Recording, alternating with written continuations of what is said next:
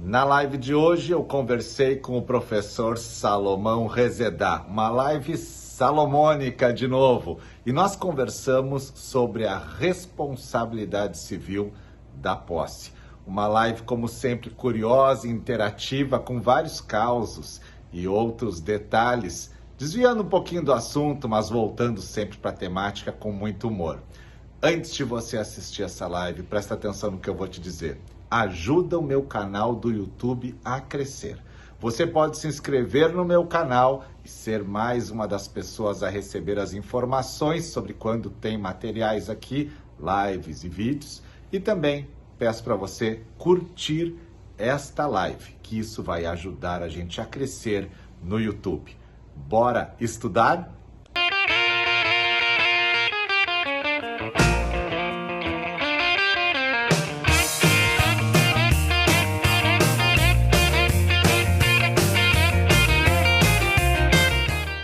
Responsabilidade civil da posse. Sabe que eu fiquei pensativo depois, né?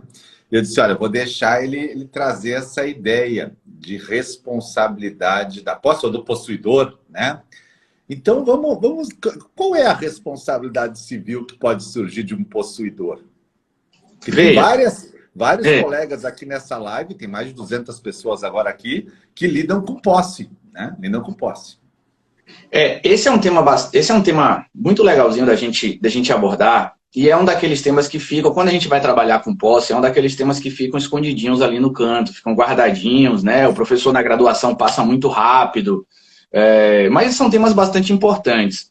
Eu adiro a esse tema, o tema da detenção também. Eu acho um tema super importante, principalmente para quem está na área jude, né? Afinal de contas, a detenção é a peça principal que a gente pode... principal não, mas é uma peça de suma importância que a gente pode usar para a defesa da uso capião. Então, a ideia de detenção, muitas vezes você que está no júri, você pega um processo, olha e fala assim, meu Deus, acabou aqui, não tem para onde eu sair, tá? O prazo está determinado, os requisitos da uso capião estão ali devidamente determinados, por onde é que eu vou sair aqui? Muitas vezes você consegue sair pela detenção, que em rápidas palavras, não é o foco aqui hoje desse bate-papo, mas é a desqualificação da posse.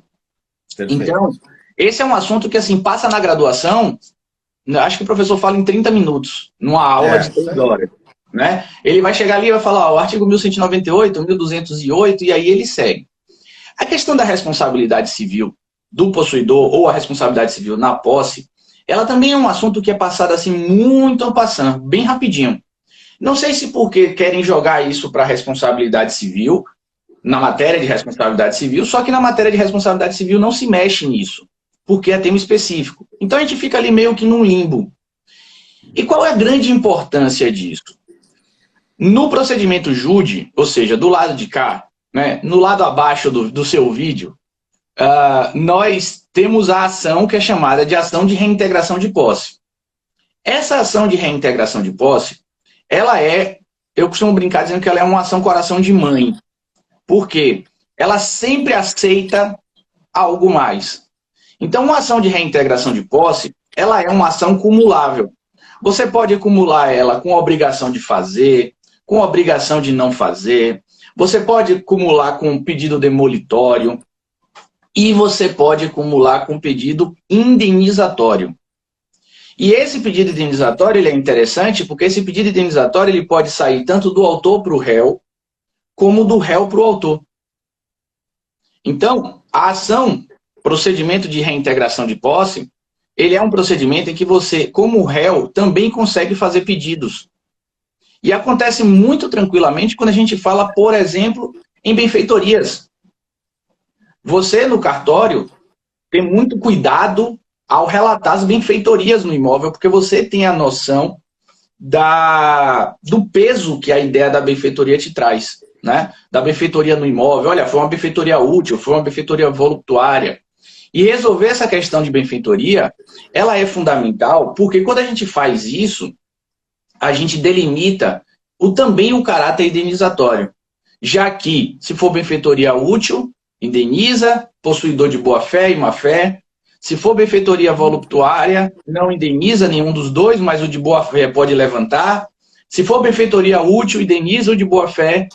Então, a gente tem toda essa construção. E aí, lá no artigo 1201, deixa eu ver aqui, não, 1220, nos efeitos da posse. Quando a gente chega lá no 1200 acabei me perdendo aqui, 1200 e possuidor. Bom, quando a gente chega lá na altura do 1210 até o 1222, que fala sobre a questão de responsabilidade civil, a gente também agrega isso numa linha de raciocínio entre o possuidor de boa-fé e o possuidor de má-fé. E para a gente configurar possuidor de boa-fé ou de má-fé, nessa questão aqui, boa e má-fé é aspecto subjetivo. E aí, meu querido amigo, saudade de falar aqui com você, porque a gente sempre troca uma ideia muito boa aqui. Eu posso dizer a você que é muito difícil, mas muito, muito, muito difícil mesmo, o advogado ter um trabalho muito árduo, levar essa perspectiva subjetiva para um processo. Porque quando a gente fala em boa-fé numa relação contratual, é boa-fé comportamental. Né? Tá ali, ó. Pô, o Salomão me chamou para fazer uma live com ele, depois cancelou a live e agora está dizendo que fui eu que furei a live dele. Isso é venídico contra facto próprio. Né? Isso é venídico contra facto, isso é venídico contra facto próprio. Então, assim, é uma situação comportamental sua. Você poderia cancelar a live, poderia, mas você nunca pode dizer que fui eu que furei. Você está se beneficiando de uma situação que você mesmo causou. É comportamental. Quando a gente chega na posse, essa ideia de boa-fé ou má-fé, ela, segundo o artigo 1201 do nosso código, ela é subjetiva. Então, o 1201 está aqui aberto para mim, é muito tranquilo assim, ó. É de boa-fé a posse se o possuidor ignora vício ou obstáculo que impede a aquisição da coisa. Então, aqui eu jogo para você. Eu já lhe falei que se você der palavra para um baiano, a gente conversa demais. Então, aqui eu jogo para você essa ideia de ignorar um vício ou obstáculo que resulte na aquisição. Isso está muito ligado à sua área, porque pode ser um documento, né, que foi fraudado, alguma coisa nesse sentido, que induziu o tabelião em erro, e aí sucessivamente.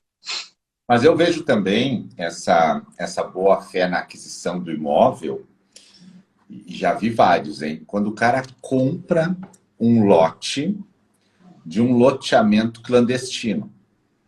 E o cara, o comprador, ele acha que estava tudo correto. Tipo, ele não estava de má fé imaginando assim, eu vou comprar esse lote nesse loteamento clandestino e depois que se dane. E aí eu vou entrar com a uso capião. Ele não está assim, ele está noutra perspectiva.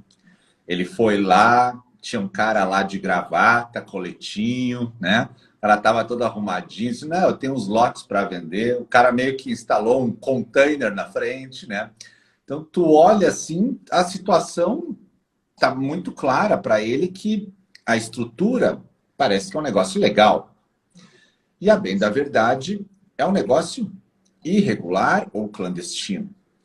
E ele compra o lote. E quando ele compra o lote, ele começa a pagar, ele acha que depois ele vai pegar a sua escritura e vai levar a registro, e nada disso surge, aí ele consulta um advogado, e claro, o advogado é nosso aluno, e o advogado diz, vamos no registro de imóveis dar uma olhada, e não tem nada. Então ele está de boa fé na compra, a princípio sim, né? Está de boa fé. Ele não, jamais talvez ele, pensando que o brasileiro compra normalmente um imóvel durante toda a sua vida, esse cara, de repente, que não tinha nem crédito lá para Minha Casa Minha Vida, ele comprou com as economias próprias. Ele jamais botaria a perder o dinheiro dele. Então, ele está de boa fé. Agora, provar essa boa fé, claro, depende desse conjunto de elementos, né? Que ele, na hora, achou que era diferente daquele cara que compra um imóvel sabendo que é um loteamento clandestino ou alguma coisa assim. Ele já está de má fé. E não que a má fé não vai permitir a regularização, porque a gente tem uma forma de uso capião que é a extraordinária que independe de boa-fé, né? Então, só o cara tem que ter mais paciência, né? E esses dias até alguém me disse assim, mas tu vem 10 anos, tá regular, 15 anos tá regular. Eu disse, gente, sabe o que é 10 anos? São 10 natais, né? Não é pouco tempo, né? Quer dizer, o cara realmente, mesmo de má fé, ele tem que estar... São 10 natais sentado naquele imóvel sem documento, né? Então não é que é rápido o tempo, né? Se tu fizer uma perspectiva de 10 anos atrás, é tempo, né? Pois é, em 10 anos eu saí quase do telhado que você tem aqui para o telhado que eu tenho aqui. É muito tempo que se passa. Você não tem noção do tanto de tempo que se passa. Mas veja só, você estava falando aí, se vocês pesquisarem, derem um Google aí, fizerem uma pesquisa, teve um caso que pode ser usado como forma de ilustração, que aconteceu no Rio de Janeiro. Um francês foi para o Rio, fez a mesma coisa, montou um container e tal, e fez site na internet, e aí fez contato com outros franceses, dizendo que iria construir ali, como se fosse um pedaço do paraíso na Terra, né? Uma área na Floresta da Tijuca, com árvores, etc, etc, etc. E aí vários franceses, isso saiu no Fantástico, inclusive, por isso que é fácil de achar. Vários franceses compraram na mão desse cara o imóvel e quando chegaram aqui, não tinha nem a terra, né? Não tinha nem a terra. Então essa é uma situação como a sua. Quando você falou aí, eu lembrei... Ele botou a venda na net, container, aquela coisa, e ninguém fiscalizou isso. Ninguém. Cara, eu amo. Esse país é uma loucura, né? O conselho regional de nada, zero. Aí, a Jeane está falando aqui que lembra. Saiu no Fantástico. Quem tiver curiosidade, dá um Google aí que você vai achar.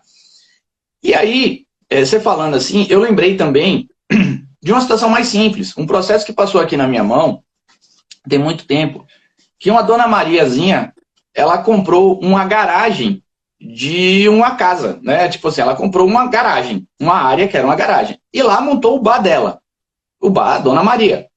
E passou um tempo, veio o seu João e disse, olha, tira as mesas todas daqui, porque esse bar é meu. E baixou a frente da garagem e trancou. E aí Dona Maria vai para o Poder Judiciário para reclamar, né? Efetivamente. E aí quando Dona Maria chega no Poder Judiciário, a gente percebe que Dona Maria comprou um imóvel, ok, de seu Francisco, vamos dizer assim, mas comprou por contrato particular, e o imóvel era maior do que 30 vezes o valor do salário mínimo. Né? E aí, seu Francisco depois vendeu para seu João, que seu João já tinha o conhecimento e adotou as medidas necessárias. Então, isso aqui também é uma situação de posse que a gente vai ter que resolver essa situação, se está de boa fé, se não está de boa fé. Mas aí, olha que... Interessante esse caso aí, porque a lei não pode ser de desconhecimento de todos. Pronto. Olha que interessante, era exatamente isso. Você foi muito na agulha, muito perfeito. Será que Dona Maria estava efetivamente de boa fé? Será que Dona Maria poderia ignorar a legislação? Sim ou não?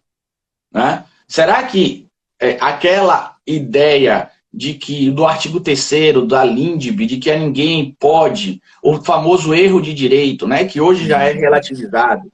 Então, doutores advogados que estão aqui de plantão, tudo isso, essa perspectiva subjetiva, essa perspectiva mais densa, você tem que colocar no processo. E é algo muito difícil você colocar isso no processo. Eu, Salomão, pessoalmente, eu tenho uma tese, isso é tese minha, tá? Não li nada, é minha responsabilidade.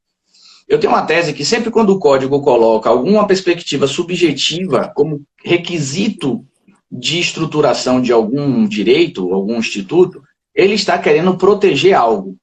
E eu vou te explicar. Por exemplo, lá em 1977, a gente teve a lei do divórcio. Essa lei do divórcio, ela estabeleceu duas formas de separação.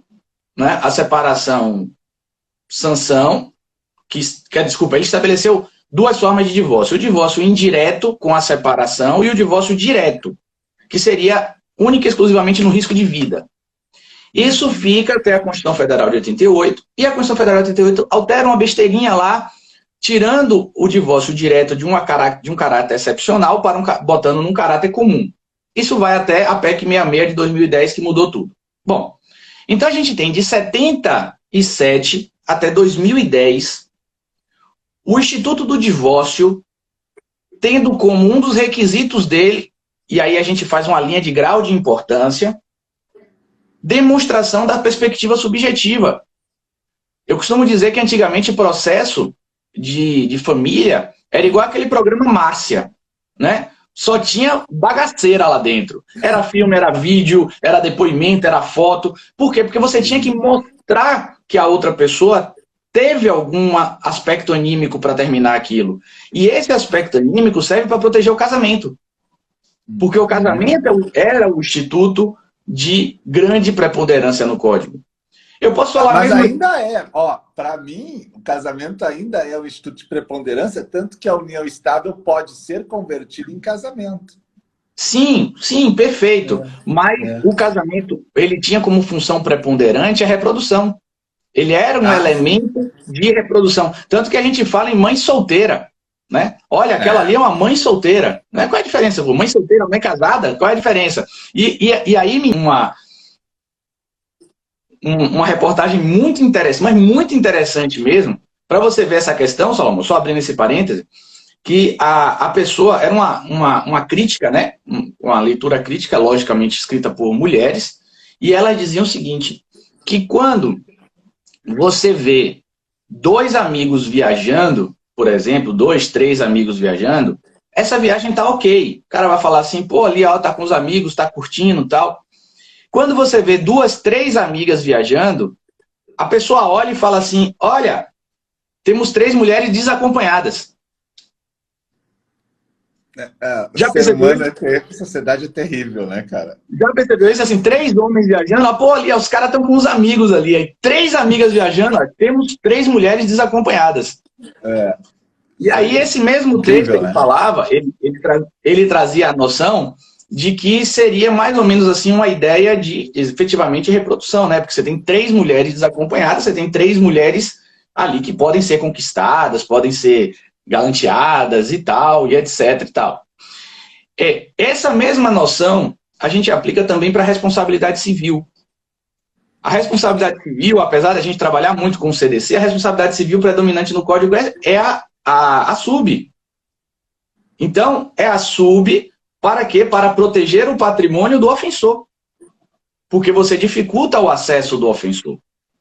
Então, quando você coloca também aspecto subjetivo na posse, muito provavelmente você está querendo proteger alguma coisa aqui dentro. E aí, quando a gente chega na ideia de posse, a gente tem assim, ó, 1218. Você estava falando aí, eu ganhei um tempo, eu fui pescar aqui. 1218. A mulherada está se manifestando no chat, só para te ver ali. Elas estão lá, mulheres bem resolvidas. Não, com certeza. Uma série de... Com certeza, Jana, com certeza. Jana, a ideia que eu trouxe aqui foi exatamente para trazer essa crítica. Porque quando a gente vê 2 homens juntos, então, ó, 2 caras estão ali. Quando a gente vê 2 mulheres juntas, seriam, ó, 2 mulheres solteiras, 2 mulheres sozinhas. Ó, tem mulher sozinha ali, mas não está sozinha, está acompanhada. Está acompanhada da amiga, mas ela está ali, entendeu? Bom, o 1218 ele diz assim, ó, o possuidor de má fé, o 1217, o possuidor de boa fé responde pela perda ou deterioração da coisa a que não der causa.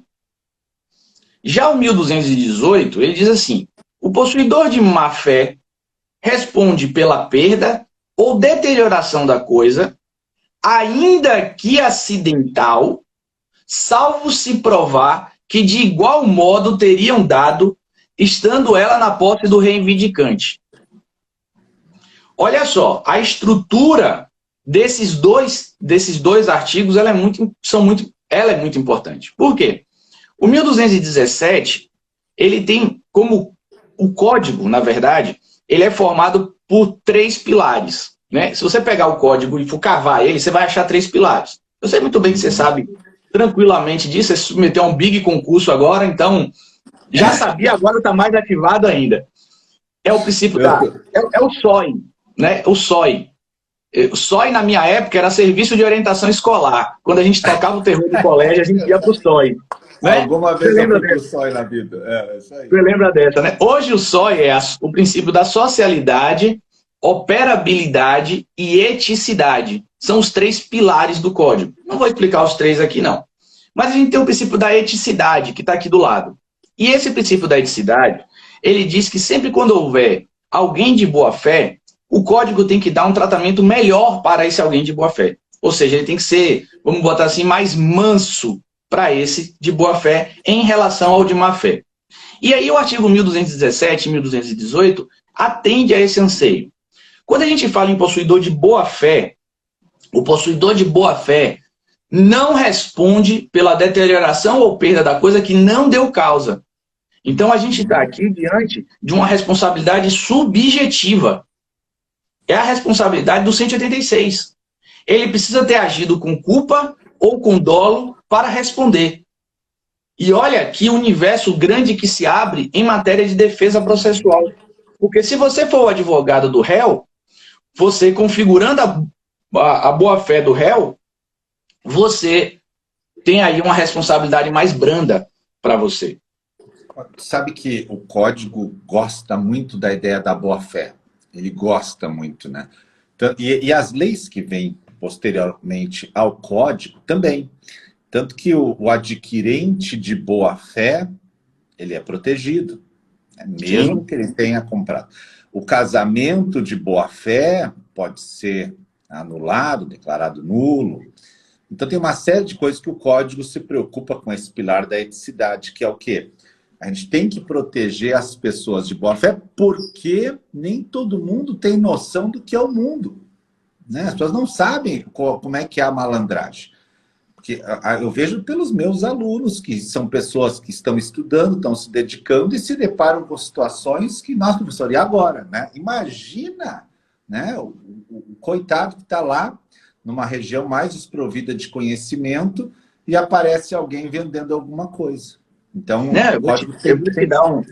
eu vou te dar um depoimento aqui que aconteceu essa semaninha. Minha sogra, ela comprou há muito tempo, ela comprou um imóvel de praia, como se fosse um vilagem, a gente chama de vilagem aqui, né? E aí, eu peguei no pé dela e fiz, não, a gente vai ter que regularizar isso. Aí eu só lembrei de você, porque assim, a gente vai ter que regularizar uma compra que aconteceu há 31 anos atrás. Aí, não sei porque as pessoas lembram de mim nessa hora, né? Não, eu lembro de você. Porque assim, eu falei, pô, se eu vou contar isso pro Salomão, o Salomão vai pedir para eu escrever um texto para ele usar como lead case das aulas dele. Resultado. E aí, eu fiquei no pé. Tá, vamos fazer o levantamento das coisas. Aí eu fui lá fazer o levantamento. O que acontece? Ela comprou na construtora. A construtora adquiriu o terreno, fez o vilage, são acho que 30 unidades, só que ela não criou as matrículas individuais das unidades.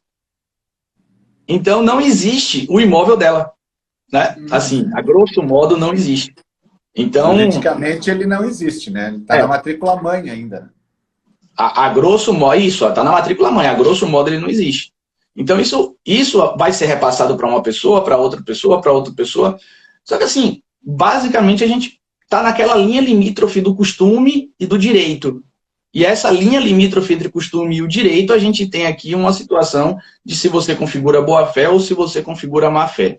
Porque quando você leva isso para má-fé, a gente tem uma situação mais complicada. Por quê? O 1218 diz assim, o possuidor de má-fé responde pela perda ou deterioração da coisa, ainda que acidentais, salvo se provar que de igual modo teriam dado, estando nela a posse do reivindicante. Olha o triplo mortal carpado que o código dá agora. Por quê? Porque para o possuidor de má-fé, a responsabilidade sai de subjetiva para objetiva. Tá? O possuidor de má-fé, ele tem responsabilidade objetiva. Além de ter a responsabilidade objetiva, essa responsabilidade é por risco integral. Porque quando ele fala ainda que acidental, ele está incluindo aqui caso fortuito e força maior. Pô, Salomão, não entendi absolutamente nada do que você está falando. Vamos para um caso real. Olha só como a linha argumentativa ela é muito interessante. Eu conto esse caso em sala de aula, então é meu caso de sala de aula. Um cunhado veio passar férias aqui, na casa do irmão. Tá? E aí, só que assim, acredito eu que ele não tinha avisado ao cunhado de que ele viria, que trabalha de férias. Por que eu estou falando isso? Porque quando ele veio passar aqui as férias com o cunhado, o irmão e a esposa estavam trabalhando normalmente. Meio estranho, né? Recebe o irmão em casa e o cunhado... Mas é que se eu vou para a Bahia, tu vai estar trabalhando. Mas para mim, o mundo é outro, né? Onde é que são os pontos turísticos, né? Aí é que está o problema. Aí é que está o problema. Resultado. Eu não lembro exatamente onde ele trabalhava, porque já tem um tempo, mas ela trabalhava quando tinha a Ford aqui na Bahia, né? Ali na região do complexo da Ford, no Camaçari.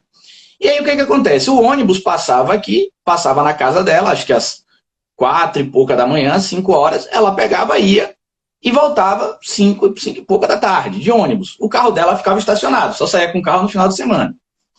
E aí, cunhado em casa, mente vazia, oficina do demônio multiplicada por 2. Resultado, o cunhado então pega o carro da esposa e sai. Ele estaciona num lugar permitido para estacionar. Tá? Estaciona no lugar permitido. Permitido, não teve nada de infração de trânsito. Quando ele estacionou, ele saiu. Quando ele voltou, o carro estava batido. Um ônibus, um carro, não se sabe exatamente, passou e arrancou a lateral dele, né? Arrancou o retrovisor, aquela coisa toda, e foi embora.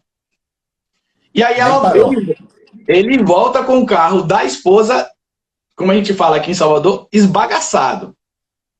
E aí o caos familiar está estabelecido. Resultado, isso chega até o Poder Judiciário. E a mulher entra com ação de indenização para consertar o carro contra o cunhado. E aí o cunhado diz o seguinte: olha, eu peguei teu carro, perfeito, eu estacionei num lugar ideal e aconteceu o acidente, eu não tive culpa. E aí é que ela vem com 1218 e diz: olha, quando você pegou meu carro escondido, você é um possuidor de má-fé. Além de ser de má-fé, sua posse é injusta, né? Porque foi clandestino. Então, assim, mas você é um possuidor de má-fé. Então, se você é um possuidor de má-fé, o 1218 não exige que você tenha culpa. Sua responsabilidade é objetiva. E aí ele vem de lá e diz assim: mas diz o código que se o fato acontecesse de qualquer forma, eu não responderia. Então eu fui, estacionei o carro no lugar permitido e lá aconteceu o acidente. Se fosse você estacionaria no mesmo lugar permitido e aconteceria a mesma coisa. E aí o advogado dela vem e fala: tudo bem, você está certo. Mas só que isso foi dia de semana. E dia de semana, o normal é o carro dela estar estacionado na garagem e não rodando. E aí destruiu toda a tese dele. Viu, mas que cunhado, hein? Te dizer uma coisa, tem cunhados e cunhados, hein? Que cunhado, hein? Nossa! E aí ele teve que indenizar. Entende que interessante? Coisa completamente diferente seria se ele tivesse saído com o carro estacionado na garagem dela, no horário em que o carro, em tese, estaria ali, e sei lá, caiu uma manga, ou um vizinho desastrado bateu o carro. Aí, nesse caso, apesar dele ter saído e voltado com o carro, aquela situação iria acontecer no normal, porque o carro normalmente estaria ali. Sim, diferente. Essa é a única excludente de responsabilidade civil para o possuidor de má-fé. Porque ele estava de má-fé quando ele pega o carro, né? Isso, porque ele pegou de má-fé, ele pegou escondido. E isso ele não negou. Né? Aqui no nosso exemplo real, para a gente entender. Ele não nega que ele pegou escondido. Ele estava em casa, sem fazer nada, resolveu dar uma volta para conhecer a cidade aí, foi lá e estacionou. Entendeu? É, interessante, né? Porque ele se apodera de um bem que não é dele e acontece um caso fortuito, né? Uma força maior, né? Depende da interpretação. Perfeito. Isso se aplica até, como muito acontece em São Paulo, isso se aplica até em casos de inundação, né? São Paulo é que costuma dar aquelas chuvas torrenciais de uma hora para outra, inunda, se o carro estiver ali e o cunhado pegou de má fé, ele vai responder. Né? Salvo se ele conseguisse comprovar que aquele fato aconteceria de qualquer forma. Mas se ele não conseguir, ele vai responder. Porque a responsabilidade que cai sobre o possuidor de má fé, ela é uma responsabilidade muito mais grave do que o possuidor de boa fé. Veja que a partir de um simples permissivo, se ele tivesse permitido, a esposa tivesse permitido, ele sairia do 1218 e ia para o 1217. E aí a responsabilidade dele viraria subjetiva. E quando ocorre a permissão, a gente já está lidando com a posse desqualificada, né? A permissão e a tolerância. E é muito interessante que os alunos hoje têm esse debate de permissão quando eles estão lidando com heranças. Coisa engraçada isso. Eu vou trazer agora só essa pauta dentro da permissão e da posse. Porque eu vejo muitos alunos perguntando sobre isso. O pai falece e um dos filhos não tinha onde morar, então os irmãos permitem que ele more na casa dos pais. Bem comum isso. E essa permissão, na verdade, é uma posse desqualificada. E o cara fica lá. Né? E aí, assim, surgem várias coisas, né? Se a casa sofre algum dano, tem que indenizar, não tem que indenizar, pode fazer uso capião, que os alunos mais perguntam, né? Como provar essa permissão, porque é um aspecto subjetivo, né? Na verdade, às vezes é algo, se for tolerância, é pior ainda, né? Tu só deixa o cara morar, né? Como é que tu vê essa questão de permissão e de tolerância dentro da boa-fé, então? Sabe que a gente tem alguns institutos que eles estão na fronteira, né? Um instituto que está mais na fronteira, na minha visão, é a União Estável. A gente nunca sabe... a gente não... tem uma pergunta aqui do Marcos aí sobre o seu curso, tá? Dá uma olhadinha aí. Manda um direct no meu Instagram aí, manda um direct. A gente nunca sabe, quando a gente está em união estável, quando é que a gente passou o arco-íris. Né? Ou seja, quando a gente saiu da condição de solteiro para solteiro com união estável. E isso é um grande problema, porque assim, não adianta morar, mas eu moro em outra casa, não, nada disso. Mas eu não tenho filho, nada, esqueça, não tem nada a ver isso. Para ter união estável basta convivência pública, contínua, duradoura e com a intenção de formar família. Só isso. Se você convive com alguém e não é público, cuidado, você pode estar cometendo o crime de cárcere privado.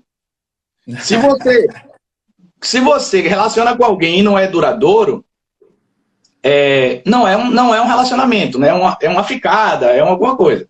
Se não é contínuo, veja, vá no psiquiatra ou no psicólogo, porque você se relacionar com alguém que você vive em constante conflito é um problema.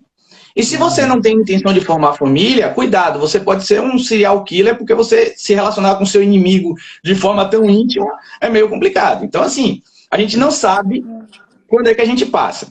A questão de detenção e posse, também a gente não sabe quando é que a gente vai passar. Por exemplo, você disse aí para mim, quando há uma permissão numa herança, a gente tem uma desqualificação de posse. Perfeito, sua interpretação está certa. Mas por que eu também não posso dizer que foi um comodato verbal? Porque o comodato ele não tem forma. Se você desqualifica ele e coloca na detenção, muito provavelmente as situações protetivas de posse cairão. Mas se você coloca num comodato verbal, aquela pessoa é um possuidor de boa-fé. Lembrando que essa posse não é uma posse ad uso capionem. Por quê? Porque não tem o elemento anímico animus domini. Então, não é porque você pode considerá-la como comodato verbal que você vai abrir a possibilidade de uso capi. Esqueça isso. A uso capião, nesse ponto, eu acho que não cabe nenhuma das duas hipóteses. Não, acho que o comodato até é uma defesa boa. É uma defesa boa. Eu emprestei o imóvel para ele, né? Eu recebi por empréstimo, então eu sou possuidor de boa-fé, eu tenho todos os direitos aqui, envolvendo benfeitorias e tudo mais, entendeu? Então, assim, a ideia de detenção, ela está na fronteira. De fato, a gente não sabe quando é que a gente vai passar de uma área para outra. Até mesmo porque a permissão é até mais fácil. O difícil, processualisticamente falando, é você diferenciar tolerância de inércia. E aí é dificílimo. Porque se você cai no buraco da inércia, você ativa o uso capião. Exato. Se você consegue configurar a tolerância, você saiu da uso capião e entrou na detenção. Tá, então, veja que são elementos extremamente subjetivos e que serão alvo de discussões durante o processo, aonde eu vou dizer, ó, eu permiti morar, não, eu tolerei, não, já não é que tu tolerou, tu não fez nada e eu comecei a contar meu prazo. Então, isso vai se aplicar aos casos de herança, aos casos de condomínio, que a gente sabe que tem um elemento anímico muito forte, interno, subjetivo, que é como a pessoa se sentia naquela hora, né? Para mim, eu estava de dono já, porque o cara tinha abandonado o negócio, né? O abandono, a inércia, né? Agora, imagina levar isso para que um terceiro decida, sendo que o terceiro não tem conhecimento de nada do que está acontecendo. Você colocar todos esses elementos anímicos de argumento em palavras para convencer uma terceira pessoa. Né? Porque, assim, eu falo de forma muito simples, primária, mas o processo é uma conversa de dois tentando convencer um terceiro. É isso. É isso aí. E aí, quem apresenta mais provas sempre tem uma vantagem maior. A questão é que nesses elementos subjetivos, como o exemplo também da união estável, que você falou antes, é difícil você simplesmente provar, fica muito na argumentação. E aí a argumentação cai de novo naquela boa-fé objetiva. Qual foi a exteriorização que a pessoa teve em relação àquele fato? Como ela se portou? Que isso vai ajudar o juiz a olhar e dizer, não, peraí, ele se comportou como dono realmente. Ou, ó, ele se comportou ainda numa situação de dependência, porque passou lá um vento mais forte e ele ligou para o pessoal, ó, o telhado tá ruim aqui, pessoal, temos que arrumar, né? Então ele já estava numa situação de dependência. São detalhes pequenos, mas que podem definir o processo. O Eric perguntou aqui, ó, qual a prova mais forte para provar a inércia? Eric, veja só, prova mais forte, aí é uma questão documental, enfim. A sugestão que eu digo a vocês é o seguinte, para diferenciar a inércia de tolerância, tenta qualificar algum proveito. Porque você não tolera aquilo que lhe é prejudicial. O que lhe é prejudicial, se você não toma nenhuma atitude, você é inerte. Você tolera aquilo que te traz bônus. Aquilo que te traz algum tipo de benefício, aí você tolera. Bom, eu estou nessa situação assim porque para mim é vantajoso. Então, Eric, isso pode ser levado, pode ser usado como um caminho também, tá? E aí, Salomão, eu sei que a gente está já apontando aqui nos 20 minutinhos finais. Não, estamos bem. Eu adoro essa coisa que tu falou, agora vou fazer um parênteses, né? Eu tolero aquilo que me agrada, né? É interessante, né? Mas assim, eu também tolero coisas que eu estou observando se vão me agradar ou não, só para falar. Às vezes tu fica naquele estado napoleônico, né? Tu olha, eu vou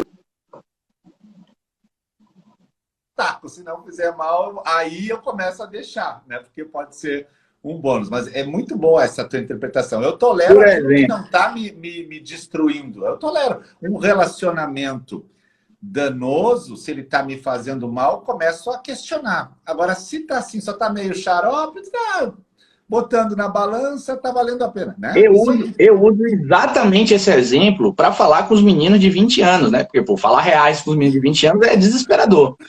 Aí eu falo assim, eu uso exatamente esse exemplo, eu uso, ó, aquele seu amigo, sua amiga, que está naquele relacionamento meio turbulento, e aí ele vai se abrir para você. E ao se abrir, você vai perguntar, depois ele contar todas o roseral de lamúrias dele, você vai perguntar, por que você tolera isso?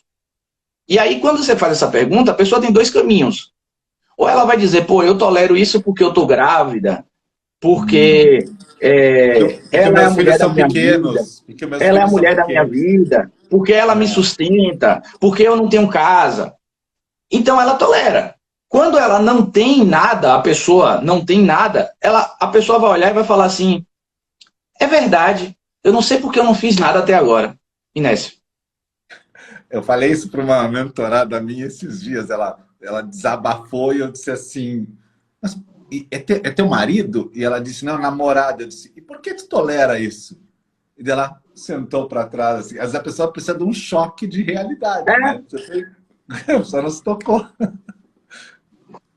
Veja só, olha que interessante, esse aspecto aqui, nessa parte finalzinha, as lives com você aqui são sempre muito, muito profundas. É engraçado, são leves, mas são profundas, né? São leves na forma que você consegue conduzir a coisa, mas tem conteúdo aqui. E aí, para não fugir o pessoal está elogiando no chat a tua colocação entre tolerância e inércia, viu?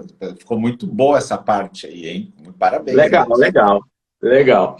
Ó, e aí, para seguir a regra do conteúdo, olha que interessante o artigo 1222. Por quê? A gente vai até o processo, a gente vai lá e fala assim, a pessoa fez benfeitoria, eu quero o dinheiro que eu gastei na benfeitoria. Bom, mas qual é esse dinheiro da benfeitoria? Porque aqui a gente está falando também de uma espécie de responsabilidade civil, né? A gente está falando também de uma indenização. Mas qual seria o valor da benfeitoria? Aí a gente vai para o código e diz assim, ó, o código diz assim, ó, o reivindicante 1222, o reivindicante é obrigado a indenizar as benfeitorias ao possuidor, o reivindicante, obrigado a indenizar as benfeitorias ao possuidor de má-fé, tem direito de optar entre o valor atual e o valor de custo. Ao possuidor de boa-fé, indenizará o valor atual. Vamos traduzir isso aqui. Excelente. Imagina que uma pessoa, eu chego para você e falo assim, Salomão, você fala assim, pô, me empresta teu apartamento, tua casa aí de praia, que eu vou passar uma semana aí, uns 15 dias aí com o meu povo. Vou passar o verão na Bahia, me empresta tua casa de praia. Pronto, vou pegar um sol aqui da Bahia, vou ficar um moreno, grisalho, sensual, vindo para cá. Beleza, você passa aqui 3 meses aqui. Vamos lá. E aí, nesses 3 meses, você deu um azar e pegou uma super chuva. E essa super chuva afetou a telha. E aí, você chega lá e conserta a telha. Tá? Qual o valor? Você vem e me cobra. Qual o valor que eu devo te pagar? Eu vou te pagar, por você estar como possuidor de boa-fé, eu vou te pagar o valor atual. Então, vamos fazer um lapso temporal maior. Vamos dizer que você ficou 1 ano. E logo no primeiro mês, você teve que consertar a telha. Quando você sair 1 ano depois, eu vou te pagar o valor de agora. Como se você tivesse feito a telha agora. Por quê? Porque estamos diante de um possuidor de boa-fé. Se a gente está diante de um possuidor de boa-fé, o tratamento do código é mais vantajoso para o possuidor de boa-fé. Já se o possuidor é de má-fé, ou seja, você invadiu a minha casa, era para eu te emprestar durante 3 meses, você ficou 1 ano, você não me devolveu as chaves, então, no período, você se transformou de má-fé a partir dos 3 meses e você teve que consertar a telha. Nesse caso, quando você for me cobrar, eu vou escolher se eu vou lhe pagar o valor de agora ou o valor que você investiu lá atrás. Claro, com a correção monetária respectiva. Mas é outra visão, né? É outra visão Pronto. já, né? Perfeito, é completamente diferente. Qual é o grande problema? Porque isso aqui, esse artigo 1222, olha que interessante, pô. Esse artigo 1222, ele é inspirado, eu não vou me lembrar de cabeça agora, ele é copiado de um outro artigo do Código Civil de 16. Grande Clóvis Bevilacqua. E no Código Civil de 16, a gente não sabia o que era viver sem inflação.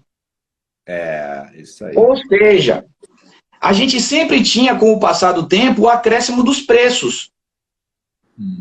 Né? Às vezes nem era o passar do tempo, era o passar do dia, na década de 80. Eu lembro, Jeane, sim, sempre terá correção monetária, tá? Por causa da desvalorização do dinheiro. Eu lembro que, né, quando eu era guri, guri aqui é pequeno, viu? Guri, aqui no Sul, né? Ó, tem uma música até chamada O Guri, né, aqui no Sul, né? Que é assim, em relação ao filho, né? O pai, o guri pequeno, né? Assim, das roupas velhas do pai. O guri aqui é criança. O guri aqui é criança pra gente. Então, quando eu era criança, eu lembro que meu pai, ele recebia o salário no final do mês, no outro dia a gente ia com uma Ipanema azul em um dos atacarejos que tinha aqui, os poucos atacarejos que tinha aqui, que era chamado de macro, e aí chegava lá, comprava um bocado de comida, uns não perecíveis, né, arroz, feijão, entupia a Ipanema, eu ia junto na Fusarca ali, eu ia junto, e a gente estocava comida em casa. Por quê? Por causa da inflação. Só que agora, com o Plano Real, a gente experimentou momentos de deflação. Então, por exemplo, teve governo que pegou o imposto que incide sobre material de construção e reduziu a zero. Então, olha que situação tosca que criou o código. O código fala, vou repetir aqui, o reivindicante, obrigado a indenizar as benfeitorias ao possuidor de má-fé, escolhe entre o direito do investimento, o valor do investimento ou o valor atual. Até aí, beleza. Para o possuidor de boa-fé, ele indenizará o valor atual. Ponto. Só que hoje em dia pode acontecer a hipótese, já que a economia está mais sólida, pode acontecer a hipótese que o valor atual seja menor do que o valor que ele fez lá atrás, por causa de incentivo governamental, por causa de deflação, por causa de política econômica. E aí, se você interpretar o texto do 1222 ao pé da letra, você está prejudicando o possuidor de boa-fé. Eu nunca tinha pensado nessa hipótese. Louca, né? Claro, porque o cimento, sei lá, tem um custo numa época e tem um custo noutra época. A depender da China. Se a China quer mais ou se a China quer menos. E a depender também da política governamental, porque se o governo implanta políticas públicas de moradia, ele vai baixar um pouco o preço desses insumos para exatamente fomentar a economia. E aí, se tu tiver que fazer a indenização nessa época, o valor vai estar menor, o preço vai estar menor. Interessante. Nunca tinha pensado nisso, né, cara? Que coisa mais louca, né? E aí, como é que a gente resolve isso? O bom advogado aqui vai sustentar a teoria da derrotabilidade da norma jurídica, em que a norma jurídica ela é incompatível com o princípio. Então, no caso prático, ela é incompatível. Então, você afasta a norma e justifica o princípio. Você fez assim, nossa, vou te dar um exemplo facinho para você entender de derrotabilidade. Eu só quero anotar de novo o nome da tese. Teoria da derrotabilidade da norma jurídica. Que legal, hein, cara? Olha só que interessante. Seja, o princípio abstrato vai prevalecer sobre a norma no caso concreto. Perfeito. Não é revogação da norma. Também é cultura, hein? Olha, eu também. Não é revogação da norma. Olha que interessante. O ECA, o Estatuto da Criança e Adolescente, ele estabelece que entre adotante e adotado, você tem que ter uma diferença de 16 anos, pelo menos. Então, por exemplo, se eu tiver 18, eu não posso adotar uma criança de 3, eu não posso adotar uma criança de 4, porque tem esse limite de 16. Tá? Tá lá no texto. Só que a gente tem várias hipóteses em que ocorre a adoção unilateral. O que é a adoção unilateral?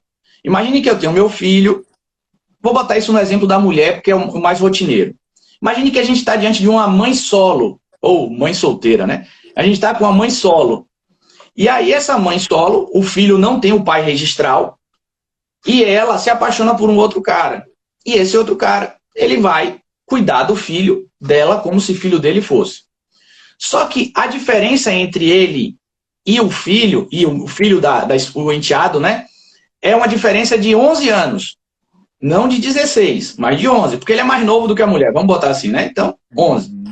Se a gente for pelo texto da lei, ele nunca vai poder adotar essa criança. Porque o texto da lei exige 16 anos. E aí, o que é que o STJ tranquilamente faz? Aplica a tese da derrotabilidade. E diz o seguinte, nesse caso específico, eu tenho autonomia para afastar a norma em razão do princípio do melhor interesse da criança e do adolescente e chancelar essa adoção. Então, a derrotabilidade ela ocorre quando você tem uma norma específica, uma situação específica no caso concreto. Vou dar outro exemplo aqui rapidão. Gostei muito desse exemplo, um conflito de interesses aí que se possa aplicar um princípio. Não quer dizer que vai se aplicar a tudo, mas excepcionalmente pode ser aplicado. Né? Por exemplo, na terra lá da sua querida senhora, Minas Gerais, teve um caso muito interessante. Querida senhora mineira, né? Um menino, né? Os pais tiveram um acidente de carro e morreram. E aí a tia pegou esse menino vamos botar para criar, né? E essa tia tinha uma filha, então ficou primo e prima morando na mesma casa. E aí você já sabe o que é que deu. Beijo de primo é até mais gostoso, beijo de primo, pessoal, né? Porque tem essa tese aí, né? Se apaixonaram. E aí, nesse meio tempo, entre namoro e etc e tal, a tia entra com um processo de adoção contra ele. Ou em favor dele, né? Entra com um processo de adoção. Porque ele estava órfão de pai e mãe, ela queria adotar. O processo demora, nesse meio tempo eles noivam e casam. Nossa Senhora. E ela engravida. Alguém já falou que eles vão para o inferno a essa altura do campeonato. Já apareceu uma tia que disse eles vão para o inferno, né? Pode primo e prima casar? Pode. O código permite, artigo 1591, inciso 3º, não tem problema nenhum.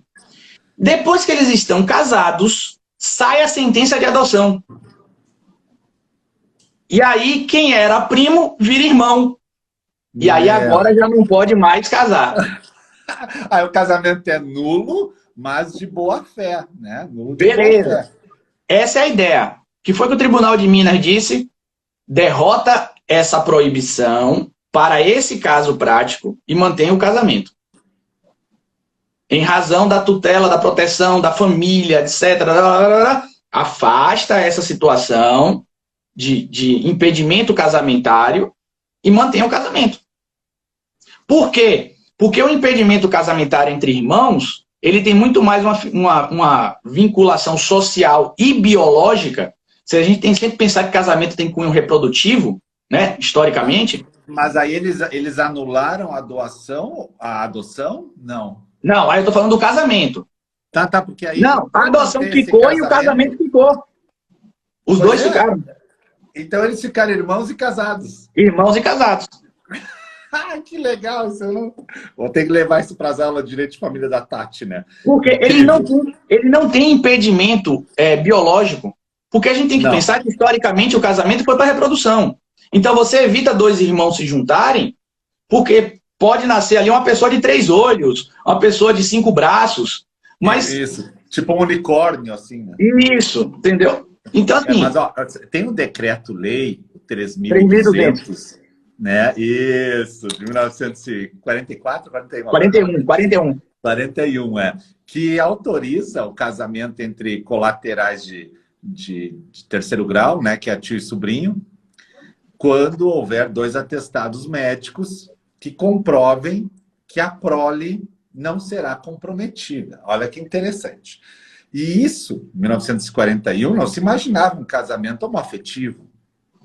Então, hoje, se tio e sobrinho Nós começamos a live em posse e estamos acabando já em casamento homoafetivo. Né? Então, se tio e sobrinho hoje quiserem casar, lá no 1521 vai dizer que não pode. Isso. Mas o decreto vai dizer que pode se tiver 2 atestados. Mas eu não tenho que ter 2 atestados se eles são do mesmo sexo, do mesmo gênero. Então, teoricamente, essa norma também está totalmente esvaziada agora, né? Sim, sim. Inclusive, a gente tem uma discussão muito profunda, porque tem autores que dizem que como o código ele copiou o Código Civil de 16, ele revoga tacitamente o decreto-lei. Tem outras pessoas que dizem que o decreto não está revogado, porque se em 41, que a gente tinha uma tecnologia médica muito mais reduzida, já era permitido, quem dirá em 2002? Então, que seria aí uma impossibilidade de cumprimento por falta de, mens legislatória, intenção do legislador, alguma coisa assim, nesse sentido. Assim. Mas tu sabe que esses dias eu estava vendo uma reportagem, eu já não sei mais se eu devo assistir as reportagens ou não, porque eu já tenho medo do que eu vejo quando eu vou olhar a reportagem, né? Então, a primeira coisa que eu vejo é qual é o canal que está passando, porque tudo é curioso hoje.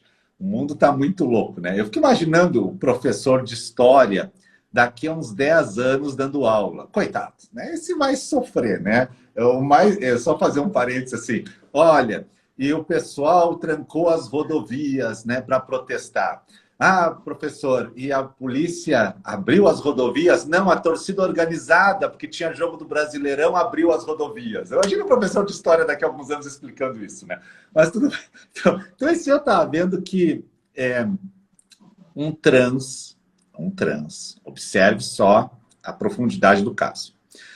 Um trans era uma mulher que tinha uma autopercepção de homem, então ficou um trans, né? Se transformou e alterou o seu registro, tudo ok. Então, agora é um homem. Pronto.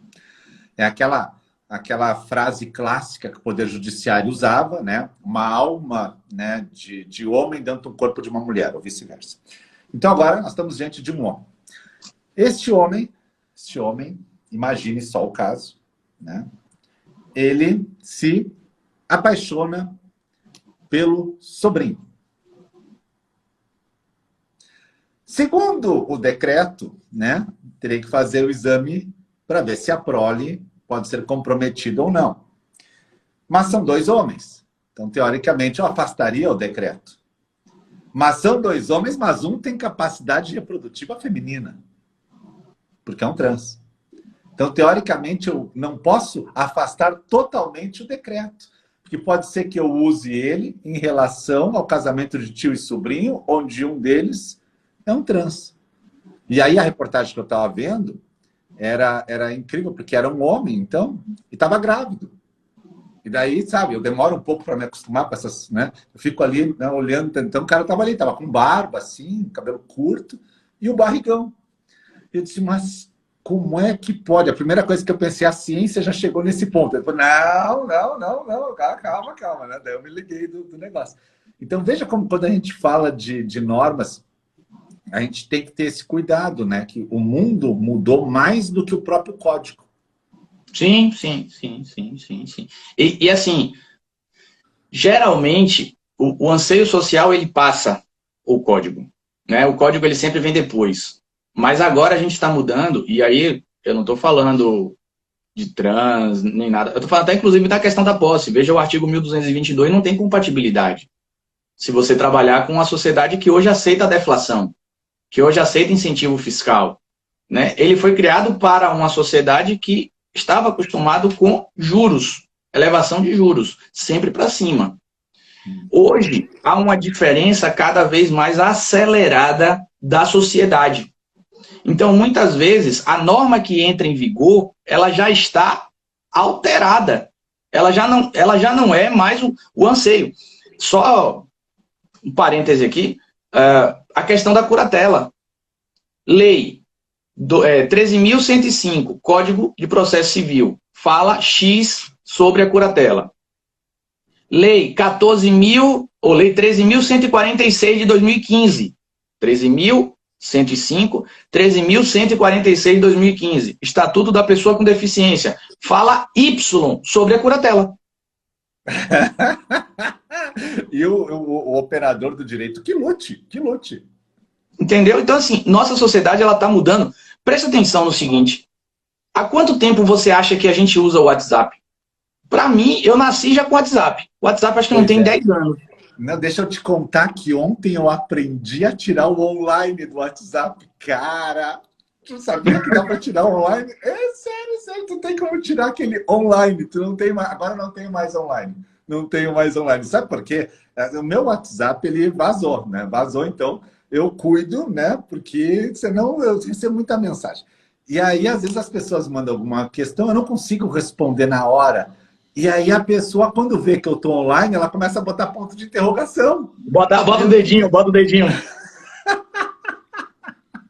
Aí ontem, depois de um profundo estudo a respeito do WhatsApp, eu descobri que agora tem essa nova função, tu tira o online. Então agora eu estou sempre offline. Já que você falou em WhatsApp, em WhatsApp vazar, algum espírito de porco, uma certa vez, colocou meu telefone na porta de um banheiro, de um supermercado. Tipo assim, era alguma coisa assim, estou solteiro, aceito sexo, me ligue. Ligue já. Aí, imagina alguma coisa assim, imagina o tanto de WhatsApp que eu comecei a receber de homens. Olha, vi seu telefone, não sei o quê, não sei. E aí eu sempre ignorava. Até que eu não aguentei um dia. Aí comecei a dar corda. Falei, pô, que legal, é mesmo, não sei o quê e tal. Onde foi que você viu? Aí ele falou, ó, vi no supermercado tal, em tal localidade. Eu falei, beleza, entrei no carro, fui pra lá. Não é que tinha mesmo eu saí abrindo todas as portas. Não é que tinha lá. Aí eu fui lá, risquei o telefone, só assim eu fui ter paz. Não, é muita sacanagem o telefone. Sabe que uma vez eu estava na casa do meu irmão, da cunhada, da esposa do meu irmão, e tinha um cachorro, desses Golden. Golden é um cachorro bonito, né? E brancão, assim, peludo, um cachorro bonito, cara, bonito. E eu peguei e disse, tira uma foto minha, né? Tirar uma foto do cachorro. E eu fui no Facebook, né? A gente tem um espírito de malvado no final de ano. No final do ano, o cara sempre pensou fazer a maldade que eu não fiz o ano inteiro. E eu peguei e botei uma foto minha com aquele Golden, e disse assim, ó, ganhei este Golden agora aqui de presente, mas não posso cuidá-lo. Então, se você tem interesse em ganhar este Golden, ligue para o número tal, que você vai ganhá-lo. Eu botei o número de uma pessoa. Rapaz. Senhores do café com registro, vocês estão vendo o lado Darth Vader de Salomão nesse dado momento. Aquele telefone não parava de tocar, né? Que cachorro, as pessoas ligando. Rapaz, até que se descobriu, eu dei muita risada. Muita risada. E olha que ele fez isso na véspera do Natal, viu? Imagina quando ele faz isso quando o inverno tá chegando. Era finalzinho do troço, né? Muito bom, né? Muito bom. Mas isso tudo também mostra a boa fé e a má fé, né? Que é o tema da nossa live, né? Boa fé e má fé. Temas da nossa live de hoje. Que a gente conseguiu abarcar uma série de coisas interessantes, né? E a gente chegou até a fazer essa curva agora pelo direito de família, dentre outras áreas, né? Mas é muito bom conversar sobre boa e má fé num código. Agora o Código Civil está completando 20 anos, né, professor? 20, né? O Código Civil, na verdade, ele já tem 20 anos de promulgação e no dia 10 de janeiro ele faz 20 anos de vigor, né? Que ele teve a vacácio de 1 ano. Interessante, né? Ele já teve algumas alteraçõezinhas, né? Algumas alteraçõezinhas ele já teve, mas inclusive na área de família, né? A questão do casamento em relação a menores de 16 anos, a gente teve alterações, né? Teve uma série, já chegou aí no teu Poder Judiciário, já chegou algum caso de casamento em menores de 16 anos, não? Não, nunca peguei, não. É uma coisa assim bem difícil. E assim, bem razoável, né? Porque A pessoa abaixo de 16 anos poderia casar em caso de gravidez. Oi. E hoje isso aqui já é estupro de vulnerável, então já é um crime. E aí o mais absurdo era, ou em caso de estupro, quando o estuprador vai se casar com a vítima, né? Síndrome de Estocolmo. Síndrome de Estocolmo. Pô, cara, isso é fantástico, né? Síndrome de Estocolmo ocorreu por causa de um sequestro, né? Um sequestro onde o sequestrador ficou com a vítima muito tempo. Tem um filme no Netflix. Eu não vi o filme, eu só me lembro da matéria jornalística. E aí, com o passar do tempo, a vítima começa a ficar convivendo com o sequestrador e ela começa a perceber que o sequestrador é humano, né? Ele vive com aquele problema da angústia de que vão matar ele, de que vão pegar ele, e no final a vítima se apaixona pelo sequestrador. E quando a polícia entra para matar o sequestrador, a vítima quer proteger o sequestrador. Síndrome de Estocolmo. Mas o mais louco, que você falou ali de casamento de vulneráveis, é que tinha uma excludente no Código Penal que falava do crime de rapto com casamento posterior, era permitido, não havia o crime de sedução, se houvesse casamento posterior de quem raptava uma moça, e isso estava no Código Civil também, em relação ao casamento dos menores. Então, a Maria Berenice fala que era uma chancela do estupro. Não sei se já chegou a ler isso. Já. Já, assim, só para não esquecer, eu acabei de ver aqui, para quem quiser, a série do Netflix que fala sobre o termo, o síndrome de Estocolmo, é Clark. C-L-A-R-K, Clark. C-L-A-R-K, Clark. Clark, tá? Sabe que eu já tive um cachorro com o nome de Clark, né? É um nome bom para cachorro, se tu analisar. Um nome legal, Clark, um nome chique, né? Clark, eu tinha um Cocker, né? Clark. E é por causa do Clark Kent. Clark Kent, quem foi Clark Kent? O super-homem, né? O nome dos meus cachorros são... Eu tenho dois, um é bem original, Mel, e o outro é Madison, porque a gente encontrou ele na rua, em frente a um prédio chamado Madison. Aí a gente botou o nome de Madison. E a Mel, aposto que ela é caramelo. Caramelo. Vira-latinha caramelo. Tá, mas tem a falar da síndrome. Só pra gente rodar aqui, esse dispositivo ele é um absurdo, né? E aí ele foi extinto, mas ele já existia no Código Civil 16. Tanto que alguns penalistas, esse pessoal do submundo de penal, né, que quer ser melhor do que a gente, eles diziam que assim, o Código Civil dava duas opções. Ou você casava com a vítima, ou você ia preso. E aí qual era a melhor das duas? Diziam os penalistas, melhor ser preso. Porque preso você tem progressão de regime e limite de pena. E casamento é indissolúvel, né? Não, comparação sensacional, né? Sensacional. Tá, então o cara tinha a opção de casar e não seria um crime, né? Tu lembra do crime de sedução? Excluía a atipicidade, né? A tipicidade do ato, ela era isolada. Existia um crime de sedução no Código Penal. Não existe mais, né? Que era quando havia, vou usar agora a palavra da minha época, conjunção carnal. Ficou pesada a live agora, hein? Conjunção carnal com menor de 18 anos e maior de 16, se não me engano, mediante promessas. Interessante, né? Era um crime. E tu sabe que eu tenho os livros de penal porque a gente quando está na faculdade, estuda direito penal, né? Depois ele perde a serventia, né? Mas, só lá. E aí eu comprava esses livros, assim, então eu tenho na minha biblioteca um livro que chama-se Do Crime de Sedução. Olha que interessante, né? Que não é mais um tipo penal, né? Olha aqui, olha o livro de penal que eu tenho aqui, ó.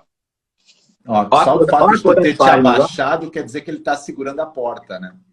Não, na verdade ele está aqui no meu pé. Que livro é? Olha, é de É o Código de Processo Penal Brasileiro de Eduardo Spínola Filho. Deixa eu ver aqui. 1976. Foi herdado de algum parente meu. Exatamente, exatamente, né? Como eles passam, né? Bom, vamos fazer um resumo da nossa live, então, já que a gente estava trabalhando a boa-fé e a má-fé na posse. Isso é importante para quem trabalha com uso capião, com indenização de benfeitorias, até porque se não for uso capião e tu construiu, o proprietário vencer, né? Já não foi uso capião, então há de ter a indenização de benfeitorias, correto? Né? Dizer que eu entrei com a ação de uso capião e perdi. Aí o cara vai dizer, ó, tudo bem, não é uso capião, mas eu construí no imóvel, como é que fica? Isso. E aí, desenhar a condição de boa-fé ou má-fé é uma atividade árdua para o advogado, porque a gente está falando de uma perspectiva de boa-fé e má-fé voltada para o âmbito subjetivo. Né? Então, o advogado ele vai ter que expor isso ao magistrado.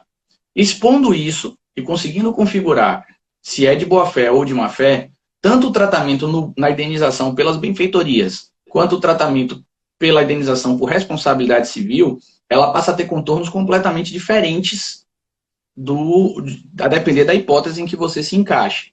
Daí porque é de fundamental importância você desenhar muito bem boa-fé e má-fé. Lembrando, para a gente fechar, que a responsabilidade do possuidor de boa-fé ela é subjetiva, do possuidor de má-fé ela é objetiva, com o acréscimo aí do risco integral, já que nem caso fortuito e força maior exclui. A única hipótese de exclusão é quando ele consegue comprovar que o fato aconteceria independentemente de qualquer hipótese, ou seja, aconteceria ainda que estivesse na posse do reivindicante. Entendi. Então, o pessoal que está assistindo a live sabe que pode pleitear alguns tipos de indenizações de benfeitorias, caso não saia a uso capião. E nós falamos também do caso do adquirente de um lote que não sabia que estava adquirindo um lote errado e estava de boa fé naquela aquisição, né, professor? Que também protege ele. Lembrando que o professor falou que o Código Civil tem uma tendência a proteger o possuidor de boa fé em várias hipóteses, porque o sistema tende a proteger quem não está com aquela subjetividade malévola, né? Então, sempre que há boa fé, há de se proteger, mesmo nessas aquisições. Isso, perfeitamente. O caminho é sempre esse aí. Lembrando que o pedido de indenização de boa-fé, caso você esteja numa ação possessória, ela não precisa ser feita em um procedimento autônomo. Você pode juntar na possessória. Caso você seja o réu da possessória, você pode fazer esse pedido contraposto também em sua contestação. Você pode acrescentar esse elemento do pedido possessório aí no meio também. Muito bom, muito bem, muito bem.